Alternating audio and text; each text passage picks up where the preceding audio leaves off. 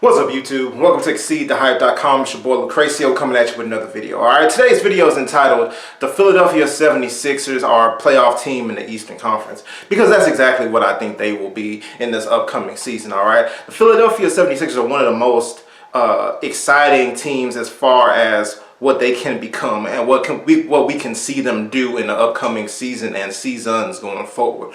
Alright, picture this. You can have a seven-footer dribbling the ball up court and passing it to the wing to a 7'3" guy who has the option to shoot a three at over 36% or use the dribble to get past his defender and finish at the basket.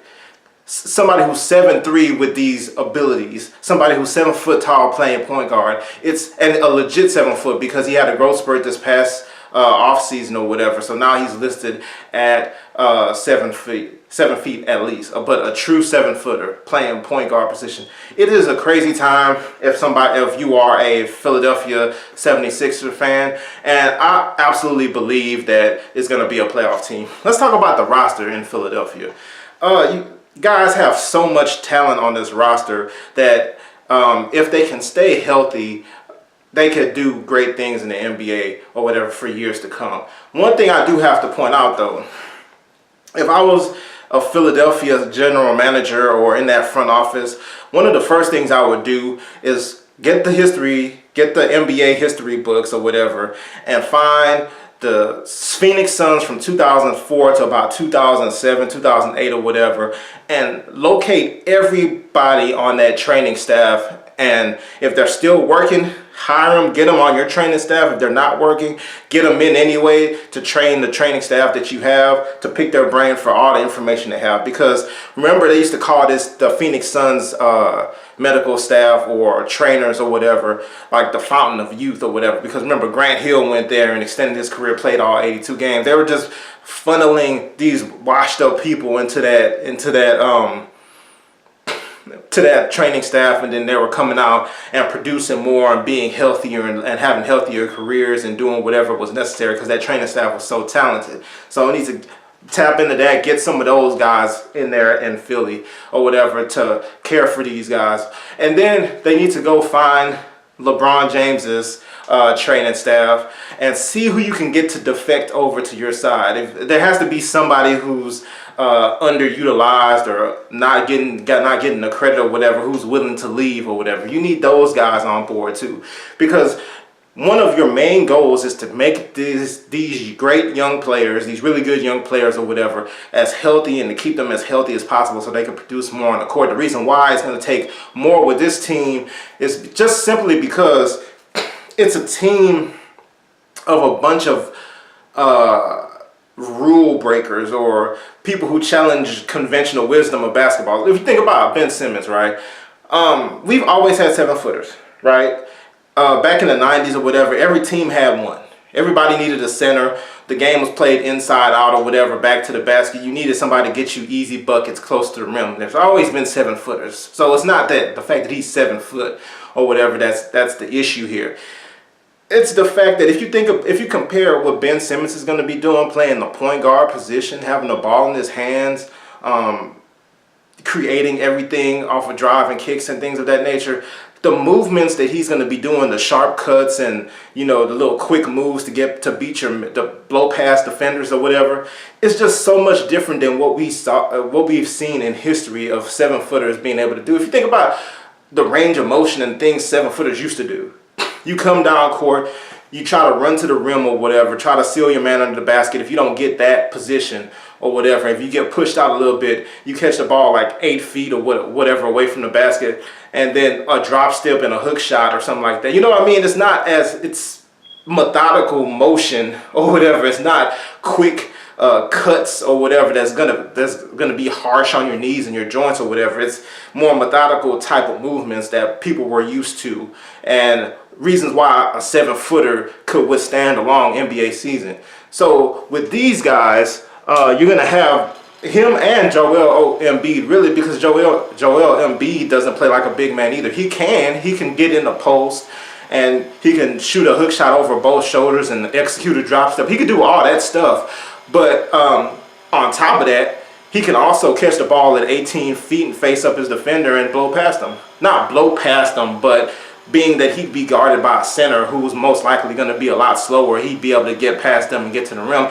Once again, a quick movement or whatever that somebody who's 7'3" is not going to be. It's going to be tough for his body to be able to do that type of stuff. So that's why I think they need the best possible training staff, the top-notch guys, the guys from Phoenix, the guys from LeBron's camp or whatever who train them. If the 76ers need to sit there and do 30-minute stretches like LeBron before games instead of shoot-arounds or whatever, so be it. But whatever you got to do to keep those guys healthy, because they're going to be doing stuff that's unheard of or whatever when it comes to having bodies that tall, basically. So that's going to be one key thing, is to keep those guys healthy. And we've seen health cause issues in the past, so keep them healthy. That's going to be the #1 goal for Philadelphia. Let's talk about some of these guys they have on the roster to help out Joel Embiid, Ben Simmons, and Markelle Fultz, and Saric and some of those guys. Justin Anderson, now he used to play for the Dallas Mavericks. He wasn't a guy who got a lot of minutes. He did have a playoff series where he performed well. I think he's somebody who could be a really, really, top-notch type of defender in the NBA. He's the traditional wing, about 6'8" or whatever. I think he's a great athlete as well. So I think he's somebody who could really bring a lot to the table for Philadelphia. His offensive game still has a lot that can develop. I think offensively he's still a little bit raw or whatever, so he will need a lot more development, but I definitely think he could be a key contributor for this team. Jared Bayless was one of my favorites a while ago. He was one of, I thought his career would go a lot better than it did, but then also he's a little bit smaller than I guess he looked in college or whatever. So, because while I thought he was probably closer to 6'5", it looks like he's a little bit closer to 6'3" in the actual NBA when he actually got to the NBA.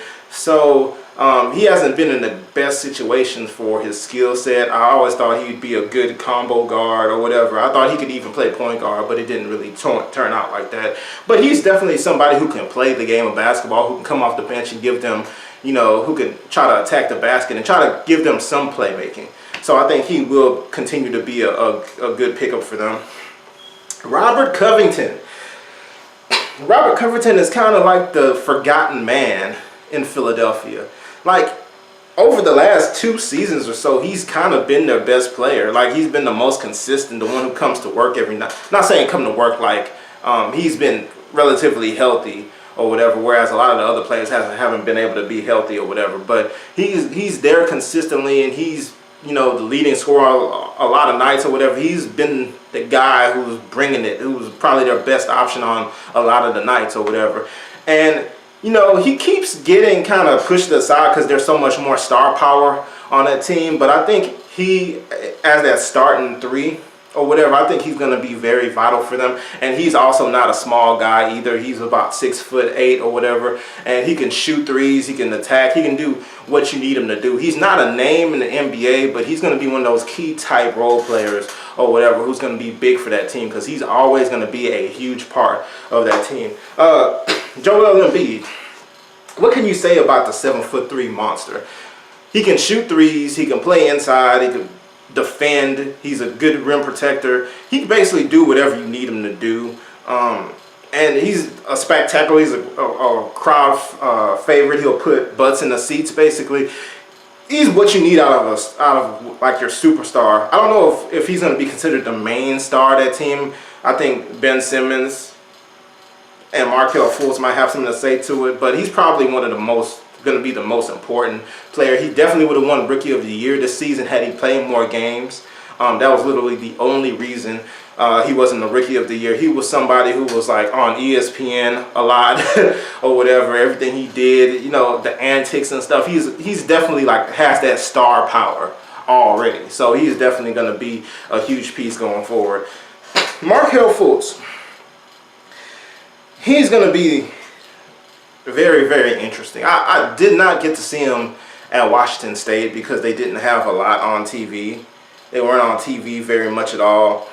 and then he didn't play that much in the summer league. So the sample size, I did see for what he did in the summer. I did watch him in the summer league, but he didn't. He had played like what, 2 games, so I didn't get to see a whole lot. I do see a lot of scoring guard in him, which would be good playing next to Ben Simmons. I believe he probably can be like a true point guard as well, but I think I see more scoring guard, and that works perfectly for the situation. I think he's somebody, he could get past his defender pretty easily. He's a better shooter than I thought he was going to be. That was the surprise. I thought it would take time to develop that 3-point shooter, but that NBA 3 seemed like he was shooting like a foot behind the 3-point line, doing step backs or whatever and knocking them down. So I think he's going to be very good for them. I think him and Ben Simmons will mesh together very well, because I think they do different things. And since they do different things, they will fit together. I don't think Ben Simmons playing a lot of point guard minutes and handling the ball too much will be an issue, because Markelle Fultz will just slide into that scorer role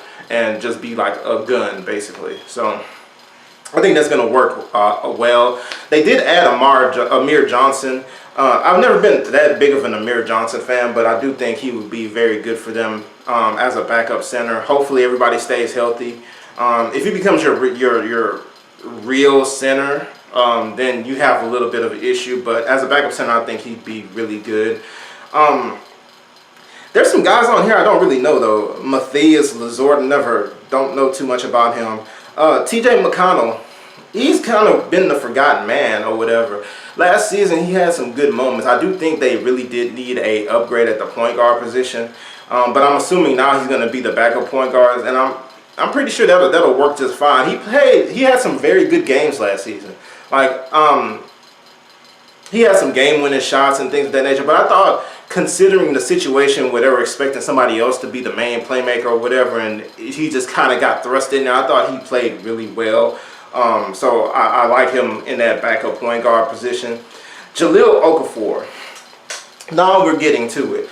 Jahlil Okafor is going to be big for this team. And I don't believe, when I say big for this team, I don't think it'll necessarily be with, he's going to be a big piece for them, a big trading piece. Because I do think they're going to trade him. They have to trade him. He's not going to get the minutes that he needs to continue to develop as a player behind these guys. Behind Saric and Joel Embiid and all the guys they would want to play. He's just not going to get the minutes.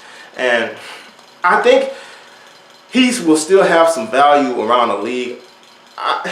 Maybe I have an old school mentality or whatever, but I don't think you can write out the big man completely in the NBA. Some team that's having trouble, who's not shooting threes as well as they hoped, and are having trouble to score points or whatever, some team will come calling before the middle of the season for Jahlil Okafor to put him in the middle, because he has a special talent. He has a very special talent. He could score in the post. He has a plethora of post moves that he can do to get you easy baskets around the rim or whatever.